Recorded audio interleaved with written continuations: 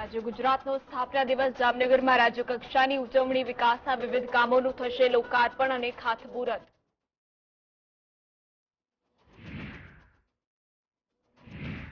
મુખ્યમંત્રી ભૂપેન્દ્ર પટેલના પુત્ર અનુજ પટેલને આવ્યો બ્રેન સ્ટ્રોક. અમદાવાદની કેડી હોસ્પિટલમાં નિષ્ણાંત તબીબોએ કર્યું સફળ ઓપરેશન. કર્ણાટકમાં વિધાનસભા ચૂંટણીને આજે ભાજપ જાહેર કરશે વિઝન ડોક્યુમેન્ટ. ભાજપ અધ્યક્ષ જેપી નડ્ડા અને સીએમ રહેશે ઉપસ્થિત.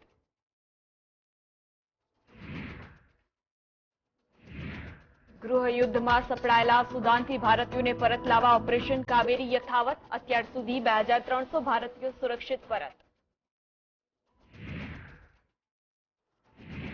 રાજધાનીમાં આજથી કમર્શિયલ એલપીજી ગેસના ભાવમાં થયો મોટો ઘટાડો. દિલ્હીથી લઈને કાનપુર, પટણા, રાંચી, ચેન્નાઈમાં 171 રૂપિયાનો ઘટાડો. ગુજરાતમાં હજુ પણ 2 દિવસ રહેશે વરસાદી માહોલ. સૌરાષ્ટ્ર સહિત રાજ્યમાં અનેક પંથકોમાં થયો કમોસમી વરસાદ.